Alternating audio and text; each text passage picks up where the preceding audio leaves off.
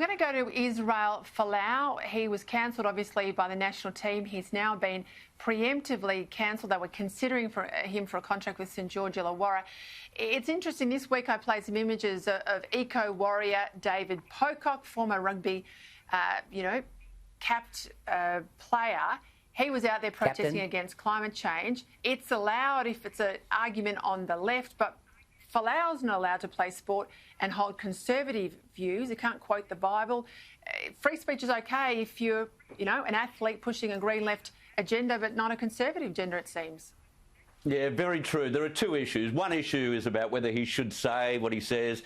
And he did keep his comments outside of social media towards the end of his footballing career and preached his beliefs on these issues from his Pentecostal church. So he did, temper some of the comments he had to make and probably kept them in the context that they should have been, which is inside a church.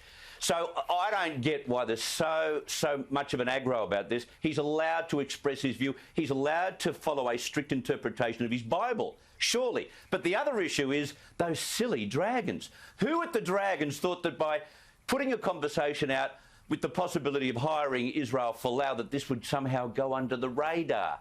He has split and divided the community. Like, it's just so ignorant. And then all of a sudden they find out, well, he won't put anything on social media. My information is he said, well, he'll preach as much as he wants to preach at his church. And that's when they ran for the hills. How embarrassing. Peter. Egg all over the face of St George Illawarra.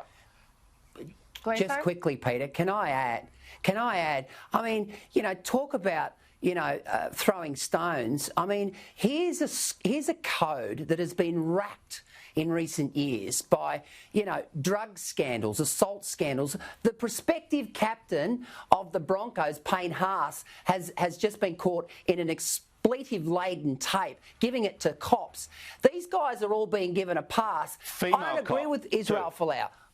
Female cop. I don't agree with Israel Folau. I have a lot of friends who are gay and are married, and I love them. But he's entitled. I mean, he didn't sort of snort coke. He didn't murder anyone. He didn't assault anyone. He didn't taunt cops. And yet he's being singled out by the woke brigade. The clubs, these corporations are being absolutely played by the woke brigade.